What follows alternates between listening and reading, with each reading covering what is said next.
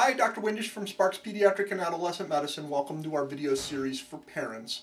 Please remember these videos are not intended to replace appointments with your physicians. If we can help you, feel free to schedule an appointment with us, area code 775-359-7111. If you have questions, we do need to see your child. We can't really discuss this over the telephone. Today what we'd like to talk about is Henoch Schonlein Purpura, or HSP. HSP is a not common, but not rare event for a number of children.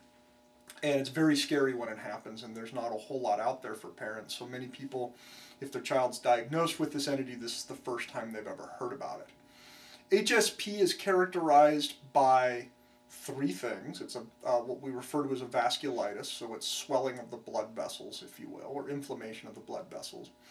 Children with HSP get large purple splotches, bruise-like events on their lower extremities and buttocks. And they can really look like they've been beaten with a rake. I mean, they're just one giant, huge bruise from the buttocks all the way down to the toes.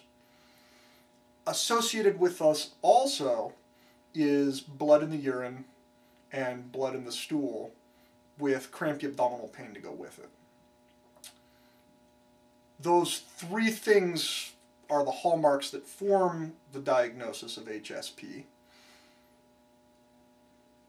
With that as well, it's not uncommon to have some arthritis, so swelling of the joints, ankles, wrists, knees, elbows, shoulders in particular, hips.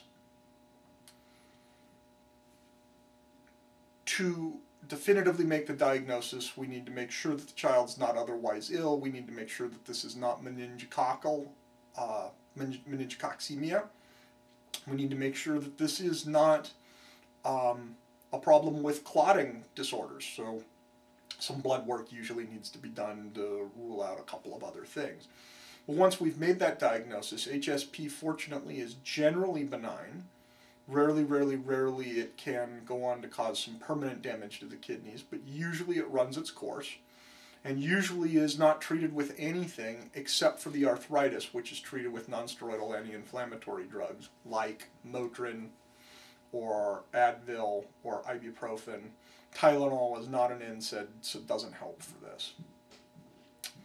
If the belly pain gets to be severe, there are some complications we need to worry about. Once we have ruled those complications out, the treatment is oral steroids for a few days to shrink the swollen intestinal tissue down and help the child feel better pretty quickly. That crampy abdominal pain can be severe enough to land a child in the hospital for a few days.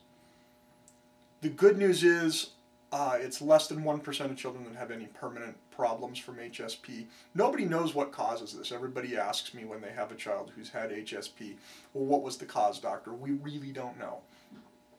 There is some evidence that maybe it's an aberrant immune response to group A strep infections like strep throat.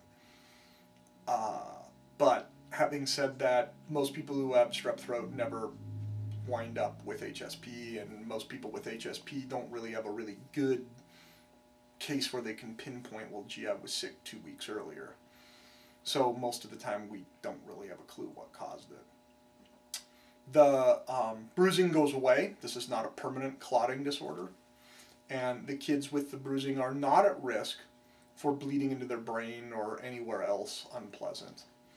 The bleeding into the GI tract, the bleeding into the kidneys, the GI tract always goes away on its own. The kidneys, in all but less than 1% of cases, goes away on its own. Your doctor may request that you have repeat urinalyses for a couple of months to make sure that it's gotten better. The arthritis almost always goes away completely by itself as well, but often has to be helped in the meantime with large doses of Motrin. And the kids usually respond pretty well to the Motrin, so patience with that is also important. So I hope this kind of is a little enlightening to you if your child has this unusual disease. The good news is it almost always gets better on its own. It's not as rare as you might think. Even though you've probably never heard of it, it is something we see from time to time in general pediatrics. And during our training, it's something we see a lot of.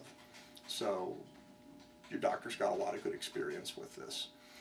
If you're concerned that your child may have HSP or something else, if you would like us to see your child, please call us at 359-7111. Remember, we can't come to the phone and discuss this over the phone. This is something that needs to be seen in person. So if we can help you, call us. We'll be happy to see you here.